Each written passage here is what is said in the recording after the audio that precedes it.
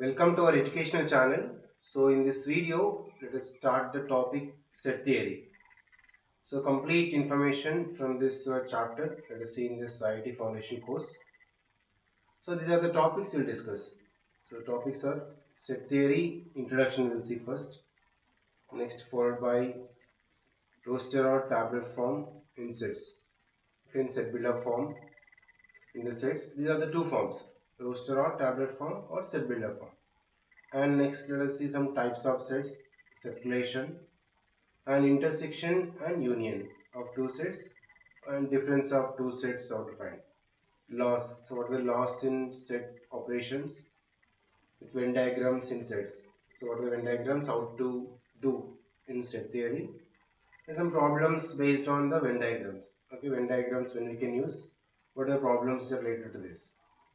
And we'll discuss again Cartesian product of two of the sets and Cartesian product of two sets.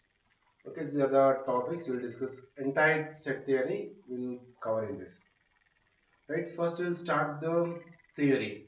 So what is set and what is the basics of the set theory and what we should know. Let's start this. Okay, let us start with set theory introduction part. First of all, what is set? Okay, then you can write the definition like this.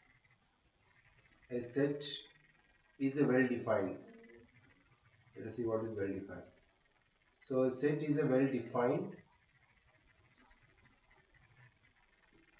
collection of objects. Collection of objects. So when you can notice this, so here is the well-defined collection of objects. So for example, the objects in the set are called elements or members of the sets. Okay, let us take A is the set, is having elements some 1, 2, 3. Then we can see that.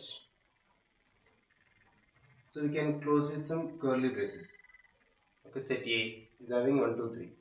So 1 is in set A, 2 is also belongs to set A and 3 also belongs to set A. That means if an object is in set A, we can write that is belongs to. So 1 is the belongs to symbol A. We can read it as 1 belongs to A.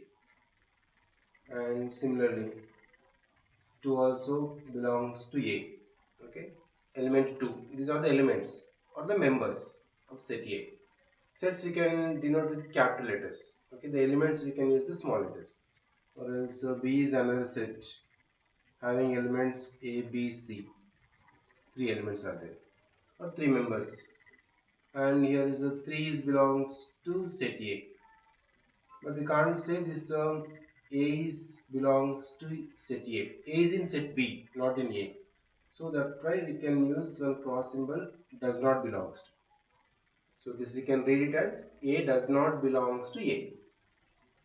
And you see this small b, that is belongs to set B, right? Yeah, it is the belongs to symbol and this does not belongs to. These are the making of sets. But when you see the well defined, means exactly we should say that element is belongs to the particular set or not. If we can say like that, then that we can denote as the set. So here is a set having elements 1, 2, 3. We know that fixed. Okay, 1, 2, 3 are the fixed. If we can say any number, we can say that it belongs to A or not. For example, if I take 5, so we can clearly say 5 is not belongs to A. If I take 3, yes, 3 is belongs to A.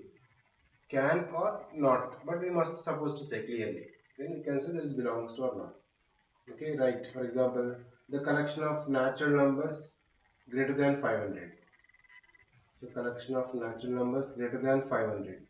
So 501, 502 and so on till infinity. Any number we can say that is belongs to the set or not. For example, if we take 200, 200 is not belongs to this according to this example. Okay, this is the way. That means these are called well defined. For example, okay, the collection of vowels in English alphabet, yeah, that is also well defined. Or else the collection of the good books. So let us take for example vowels in English alphabet. Yes, there is a set. But in case the collection of all the difficult problems in maths textbook. So let's take this collection of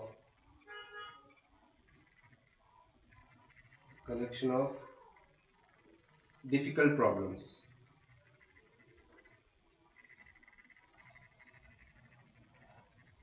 Difficult problems from textbook.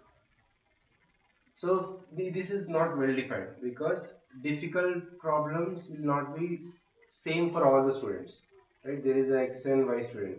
For X, some problems are easy, some are tough.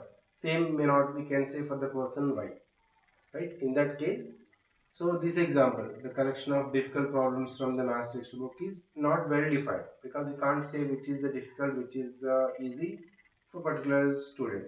So such type of not well defined. So only the set is a well-defined collection of objects. So like this example. Otherwise, all the good human being.